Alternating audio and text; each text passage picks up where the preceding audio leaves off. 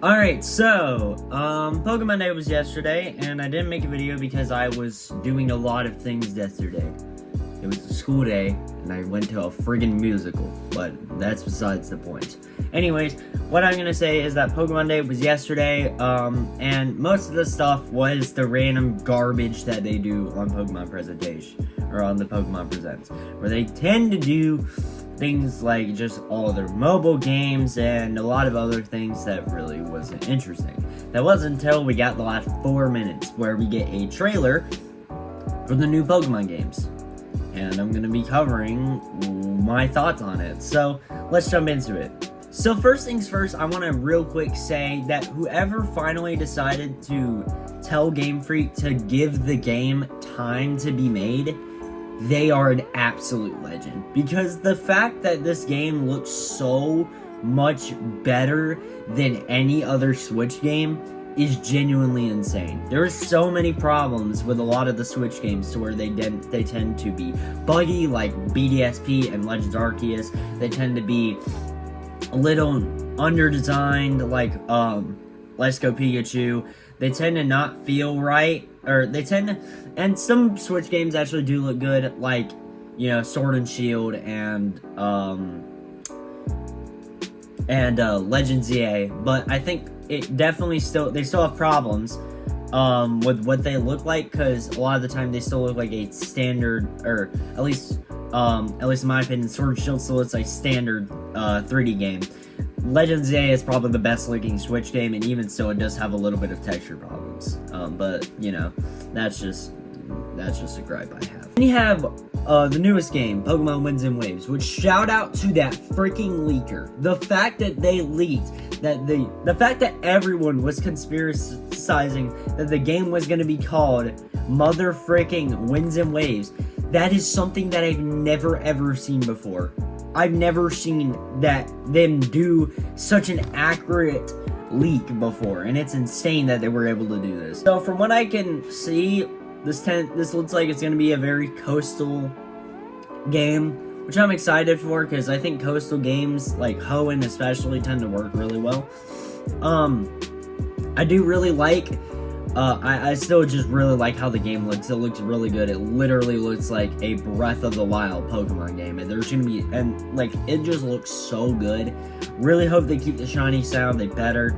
The fact that we're already getting Gen 10, it feels like not long at all since Gen 9 started. Like, I still remember getting Scarlet and Violet for the first time, and now we're already getting this game, which is insane. But I also really want to cover probably the biggest thing about this is that we already got these starters for this game. Now, the starter Pokemon of this game, I think I'm very one-sided to one specifically, but I'll cover the other two. So first, I think my least favorite is Gekwa. I'm sorry. I think Gekwa, it's a funny name. It just doesn't look good. I think a lot of people tend to think, oh, it looks cute. I don't think it looks cute. I think it looks kind of ugly, to be honest. I like it, and I think it has potential to become a really cool thing. But right now, I'm not seeing it. Then you have Brout. I think it's Brout, yeah. Brout is pretty much Rowlet 2.0, but way uglier and less cuter. I like Brout. I think it's funny. I think it's goofy. I'm not very into it, though. But then my favorite one is Pompon. I love Pompon so much. Pompon is he's a dog. That's our first dog starter. We've never had a dog starter before, at least to my knowledge. And the fact that it's an adorable Pomeranian that spits fire. Holy peak, they cooked. And I'm praying to my Lord and Savior Jesus Christ that we do not get a furry starter again, because we've had those for the past 5 generations. We haven't gotten a single good humanoid starter for a long time. I think my favorite humanoid starter is freaking Cinderace. because it was my first Pokemon. And I'll be honest, I don't know if I really would have liked Cinderace as much if I didn't choose him as my first starter. I just like Scorbunny, and I like Cinderace. He's friggin' Ronaldo. I really love Pompon. He's so adorable.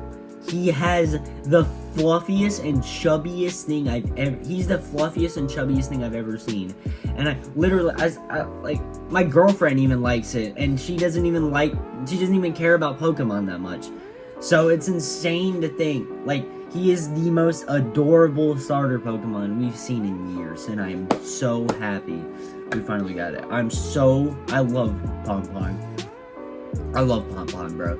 He is so adorable, and I love him, and I will protect him. We didn't really get any other information other than the starters and how the game looks. From what I'm gonna be saying, I think this type of game may be taking place in somewhere around like the Bahamas or something, or India. I don't know, one of the two. It could be either. I don't really know much about the Bahamas or India because I've never been to either of them. But from what I do know, I think I'm leaning more towards this as being like a Bahamas / Latin American region, which would be sick. I would be very excited, and I can't wait to see how the series turns out, or how the game turns out. It's gonna be releasing in late 2027, which means we still got about 2 years worth of waiting. So strap in, because we're gonna be here for a while before this game comes out. But the hype is real, and I'm very excited for this game. So I will see you all in the next video, and that's it. Yeah, bye.